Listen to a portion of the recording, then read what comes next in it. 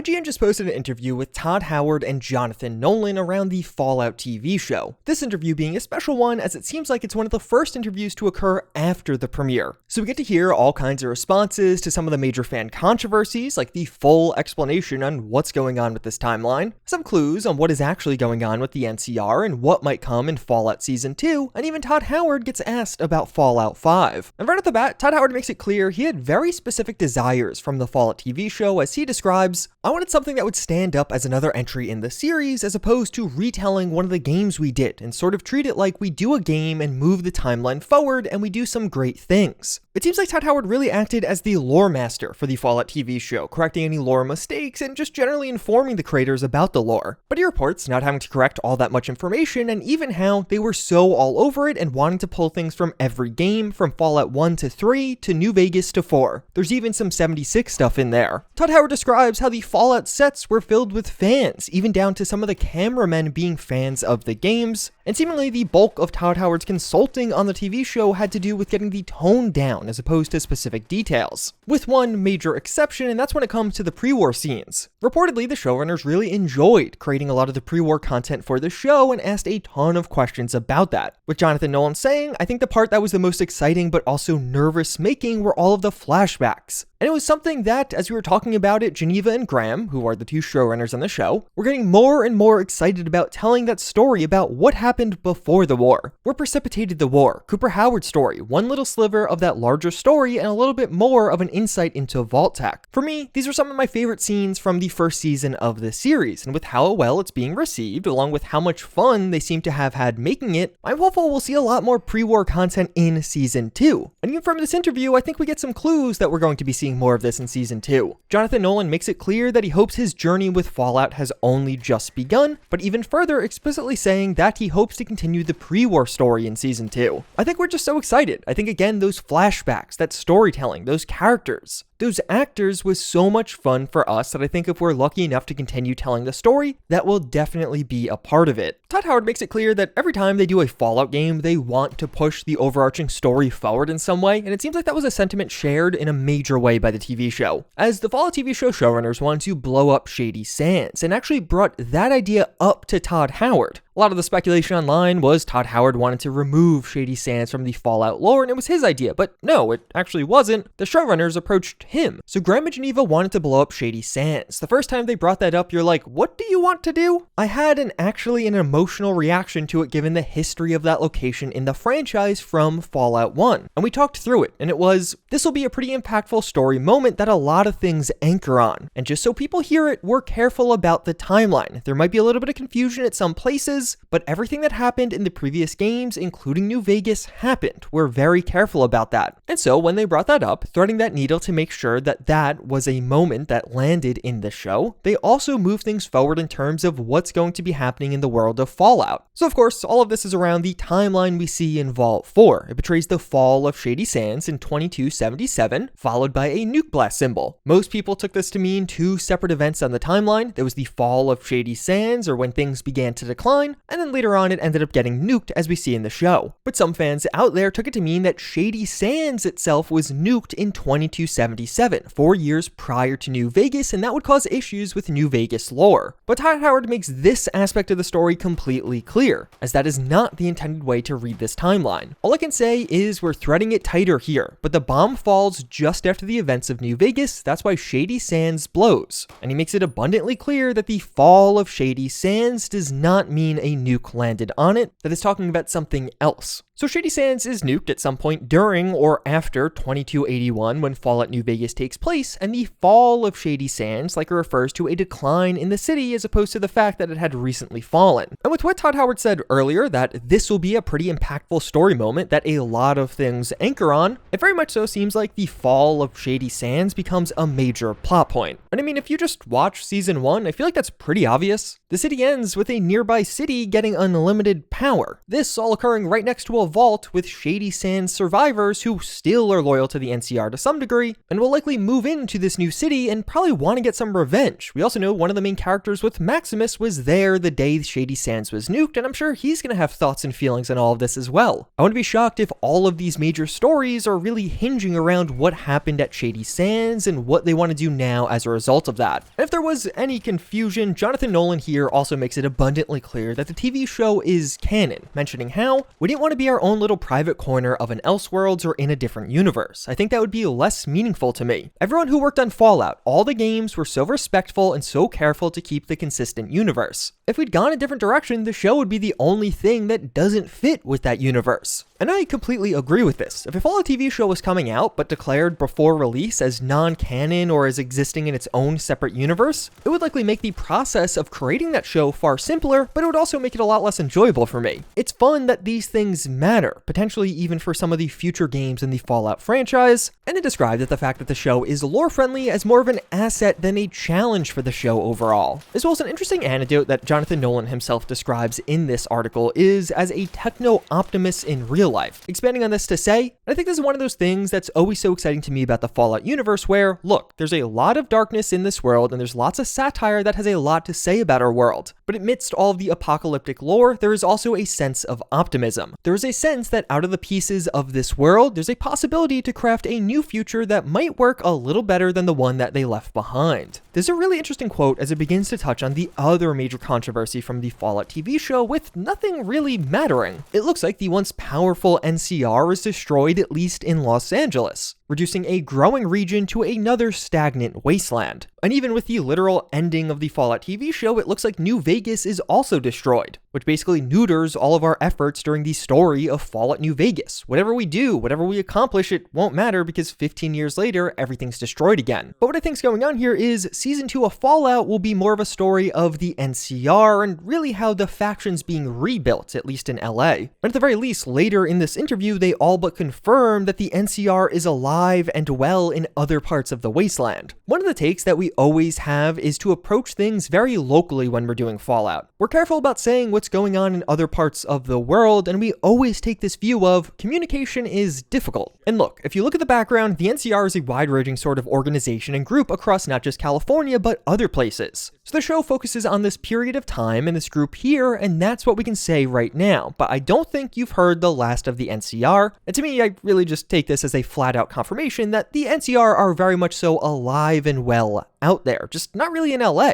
And I again think this is where Season 2 is really headed. We're going to be exploring the re-establishment of the NCR in LA, and I think this may end up being a very ironic moment where the TV show makes a faction falter. Season 1 doesn't really show us the downfall of the NCR, but it shows us a significantly weakened NCR after a downfall seemingly occurred. But over the course of Season 1, several plot lines are set up that definitely make it seem like the NCR may be rising back up in Season 2. And yeah, I literally think they just made the NCR worse for the TV show to show us a new story about them getting better. Kind of weird, but hey, let's see what they do with Season 2 before I judge it too hard. And even beyond that, Jonathan Nolan describes how he has seen the commentary of Lucy being the good one, Maximus being the neutral, and the ghoul evil. But Nolan expands on this by saying Maximus is really the most accurate to the player. Maximus is generally just an okay guy, but you have to make some moral decisions to get that good thing. Like, how badly do you want that cool set of armor and that weapon? What are you willing to do to get that? And some of the features of the show may even end up coming into some of the games, according to Todd Howard. The thing I definitely want to borrow is I love the solve for how all of these weapons are carried around with that giant golf bag. So if I had a wish, you'd see that in game, like 76, really soon. This was legitimately one of my favorite additions from the show. It just kind of makes sense that you have this big, obnoxious bag to carry around so many random things. And I would personally love to see this added to both Fallout 76 and Fallout 4. Maybe even as a proper power armor backpack, as it almost looks like it was designed to be used as a power armor backpack, not carried around by the Squire. The interviewer during this one asked about some of the things that aren't in the show, notably some of the factions, but also people like Ron Perlman. He, of course, is the one to originally voice the war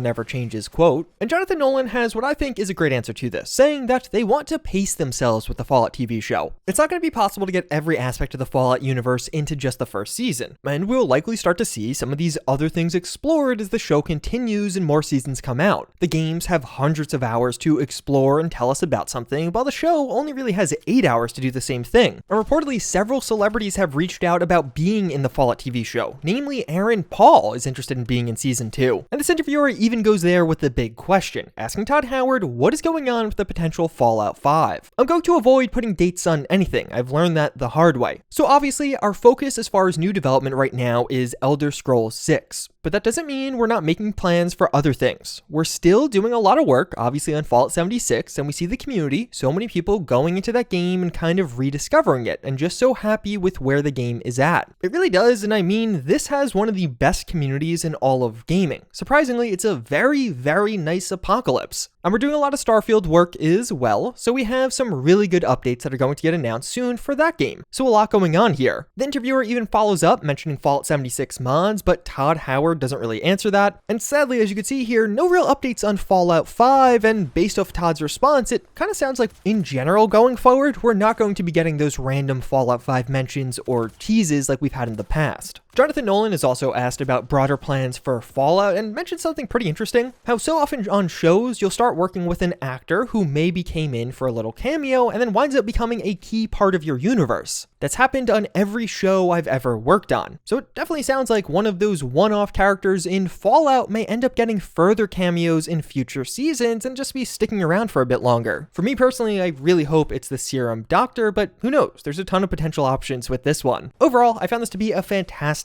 interview. The interviewer basically hit on all of the major questions I've been wondering outside of some of the recent Pridwin stuff. But if you did just finish the show and are desperate for more Fallout content, check out this video to see the best new mods that you could download for Fallout 4 right now.